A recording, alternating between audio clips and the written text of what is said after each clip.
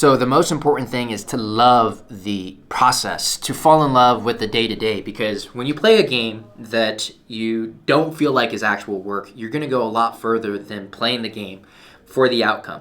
Because when you're so focused on chasing this outcome, it just keeps going further and further and further and further and further. And with each and every single goalpost that you hit, there's no fulfillment from it. Like it just feels like a grind, and it feels like you have to force yourself to wake up and to do the work. But in comparison to the version of yourself that is completely in love with what they do, and they are not attached to the outcomes, but they're attached to the process and how good they are at the process and really honing in on the little details, it's a different state of being. That person is going to go a lot further, because the person that loves to walk is going to go a lot further than the person that wants the destination. And for me, just being able to find what it is that you love, you really have to ask yourself that. Find what it is that you love. Do not waste your time doing something that isn't something that you're passionate about. In the beginning, you have to just, figure out and learn the skills. Do whatever you have to do in order to get to your first $1 million, $2 million, whatever. Just figure out how to make money overall. But once you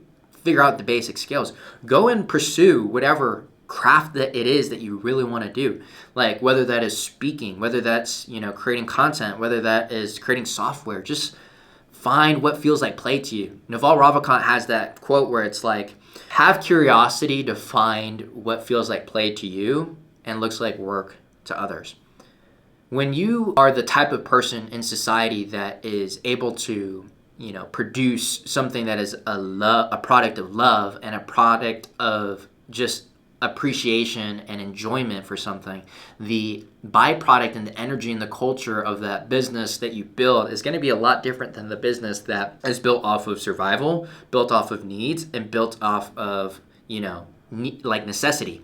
This works. I'm not saying that it's not. Many people live their life in this exact, zone. But what I really, encourage you is that do not live your life in a state of, I need to do this. That's where the obsession with an outcome becomes a burden, right? And when you are willing to sacrifice your peace, your love, your happiness, your relationships in order to get this outcome, you're going to resent what you need to do in order to get there.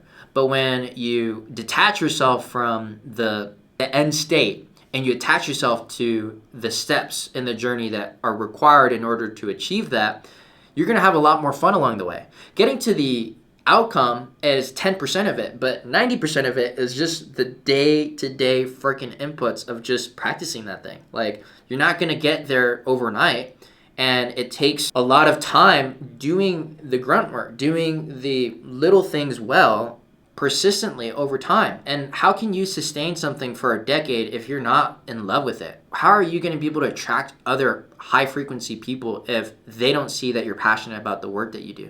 And if you're only showing up to half-ass things, to just do enough, you're never going to be good enough in order to achieve the outcome.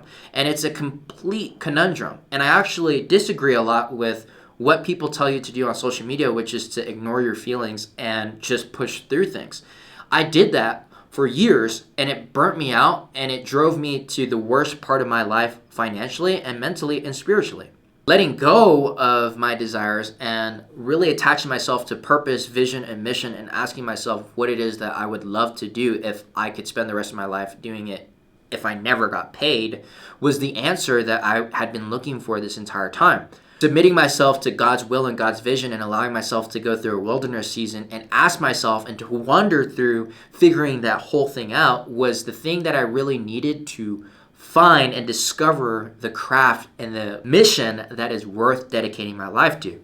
So my message to you is to not pursue and sacrifice and idolize the outcome, because when you idolize the outcome and you don't anchor yourself in your purpose and your vision, this is a very poor God. Outcomes is a very poor God, because when you are so obsessed with the money goals, achieving the house, the cars, the relationship, the circle, that are all vanity metrics, all vanity worldly possessions, they're meaningless. The things that you get in your life just don't hold value. What you are truly going to get fulfillment from is doing what you love. And that answer is different for everybody. There's no one size fits all solution to craft, purpose, and vision and mission. Like, there's different purposes in people's life. And I truly believe God created us with a creative expression to build something in our lives that is, representative of his nature. Like, whether you're, going to be a great parent, a great teacher, a great, business owner, entrepreneur, whatever it is that you find gravitation towards, do it. There's no judgment. Like, when you accept that's what you want and that it's against the grain, like, I would rather spend my life doing something that I loved than be on my deathbed at 80 years old and look back and feel like, damn, I spent 80% of my life grinding away at something that I fucking hated. If there's a choice between enjoying the journey there to the day you die or, gritting your teeth through the process and like getting the outcome, there's a dichotomy where it's like you can achieve greatness. There's people that achieve the best outcomes and they loved getting there. But the people who also achieved greatness and hated it, what's the point? What's the point of being great but you ended up losing everything else that, really got you there? So greatness is an ambiguous term that you have to define yourself. What does greatness mean for you? What does purpose mean for you? That is something that's not going to come from a fucking book, a fucking video.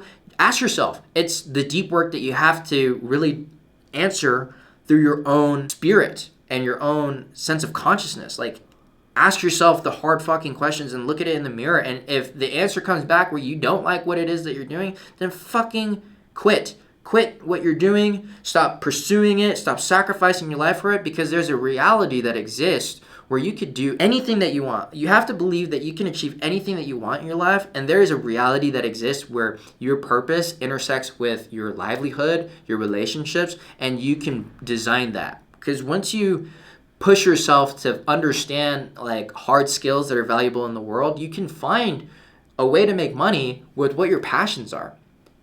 It doesn't have to feel like a grind. That's the thing that most people really need to hear in today's, day and age. You don't have to fucking kill yourself. You don't have to be the most disciplined motherfucker in the room. It doesn't feel like that when it's what you want. You don't have to grind to play fucking video games or to go hang out with your friends. It doesn't feel like a grind because you want to do that. And if you wanted to do the work and you love the work, then you're going to freaking do it. It doesn't have to be this whole discipline thing where, you have to stay consistent. That is an element of it, but it's so much fucking easier to be disciplined when you are appreciative of the day-to-day process and that you love all these little bits and bobs and the granular details of it, because that's how you live the most fulfilling life. Fulfilling life comes from accepting the gift that God has for you in terms of your profession. God gave Adam a garden because that was his profession. That was what his mission was on earth. Before he even gave him Eve, he gave man a craft to focus and hone on for his entire life. Accept what it is that God has for you in his heart and, ask him. Ask whatever you call it. The universe, I call him Jesus Christ because he's my Lord and Savior, but he's the one that gave me that answer. And I asked him who he wanted me to be. What's the version of myself that I was, put on this earth to become? And then I just allowed myself to accept that. It wasn't the answer I wanted to hear at the time. It really wasn't. It was very hard for me to go through. And it shook me to my core. The identity that I crafted for myself on earth was not the identity that he had in store for me.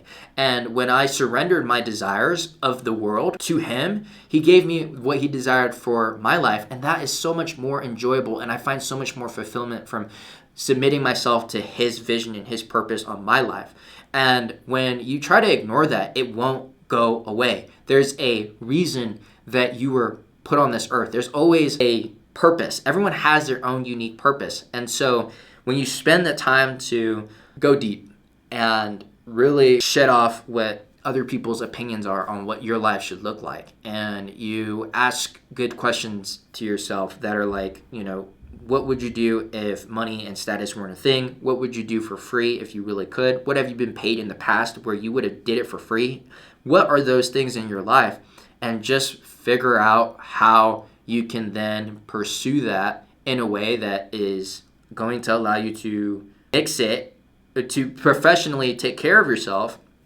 And then that's when it stops feeling like this whole grind. It stops feeling like, dang, I really got to like push myself to want to show up. There's those days where you have to do that because you're not always perfect, but it's a lot less of it. Rather than it being 70% I got to push myself, 30% I actually enjoy it. It could be 70% I fucking love this shit, and 30% I really got to stay consistent, right? So it's a completely different shift. And when you start feeling it, like when you find somebody that loves the process, it starts being like, oh, this person really loves what they do, because you can notice it in the way that they speak about it, the way that they show up at work. Like you can notice when somebody's mentally checked out of what they want to do, because like it feels lost, purposeless. Even if you make a ton of money from it, it just doesn't hit that like sense of I was made for just this. And when you find people that are like really great at what they do, that is a common theme. They're like, this was my purpose in life. This was what I was meant to do. This is like my passion. And some people find that early in life. Some people take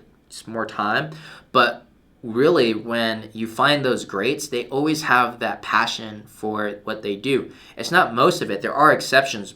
But I'm going to propose that to you, that like it doesn't need to be this whole grind. And, I think the difference between push motivation, you need push motivation to get you started. Use whatever fuel that you have. If you're angry and you're frustrated at your situation, use that. But once you have gotten and achieved your results in life, there's a next phase where you really transcend beyond just the necessity of survival, and you're at a part in your life where there's those, Maslow's hierarchy, where you're at the point where you're at self-actualization. You're starting to ask yourself the good questions because you're out of that survival state. You have the leisure to do that. Happens in phases. I'm not saying that you skip to the good part and you can just love what you do. A big part of my initial part of my life was to focus in on achieving an outcome and, really pushing myself to be something that I wasn't, because that's what was required. But over time, once you kind of build the foundation of the, characteristics and the skill sets that are, necessary to live in today's society, you could really then give yourself the platform to just do whatever it is that you want.